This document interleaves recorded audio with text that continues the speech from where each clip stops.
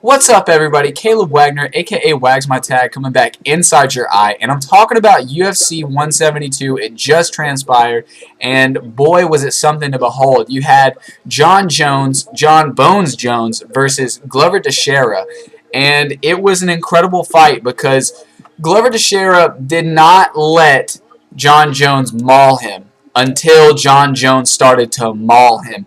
It was incredible that he was able to, take all the damage in stride because John Jones, for the first 3 rounds, he had a dominant presence. He definitely was in there, asserting himself and playing Glover's game, right?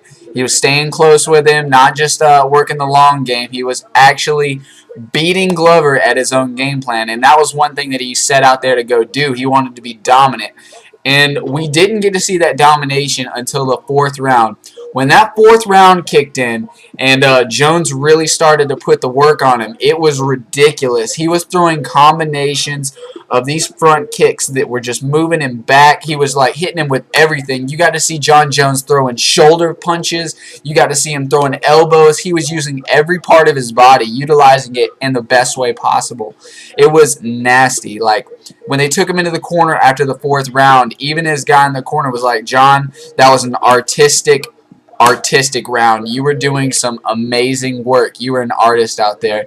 And I've never heard anybody say that, but it might have been the most appropriate description of what was going on. John Jones has an arsenal, not just a normal arsenal of 4 or 5 different moves. He's got everything. He's pulling stuff out that I've never even seen before. He's throwing spinning back fists. He's throwing knees that are like above your head. He's hitting you with axe kicks. Like, this guy is so deep of a fighter. It is going to be ridiculous to stop him. They are going to have to like wear down this rock that is John Jones. He is unstoppable right now. Like, I don't know who they're going to get to fight him, but he is going to be champion for a while. Like, unless that they can bring somebody that is like just a freak of nature. This guy John Jones had a 9-inch advantage on Teixeira, and it showed. He just had his hand in his face the entire fight. Gauging him out and gouging his eyes a couple times. I didn't like that, but you can't fault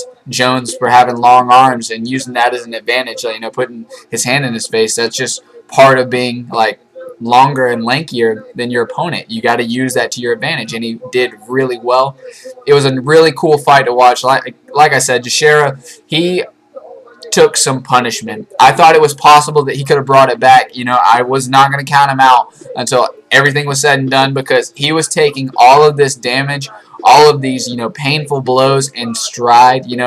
At the end of the day, they're both really high caliber winners, and at the end of the day, anything could have happened. Jones could have lost very simply with one, lapse in judgment, but that wasn't the case. He stayed on his game. His workouts have been absolutely incredible, and it showed through his work. He made it look, I didn't make it look easy, but he made it look pretty damn easy, if you feel me. It was an amazing fight. Like I said, UFC 172, something to behold. John Jones is the man. He deserves the new record that he set for title defenses, and I believe that it could go much farther because this guy is an absolute beast, and he's going to keep it up. Guys, rate, comment, subscribe for more of the best on the internet. I bring it to you consistently, and this is where it will be for the rest of eternity. So, guys, like I said, rate, comment, subscribe, get back at it. Tell me what you think of the fight in the comments. Who is Jones' next opponent? Who's even got a chance at making this possible? Because it's going to have to be some kind of cyborg or something. I don't know. Get back at it, guys. Like I said, rate, comment, subscribe. Peace.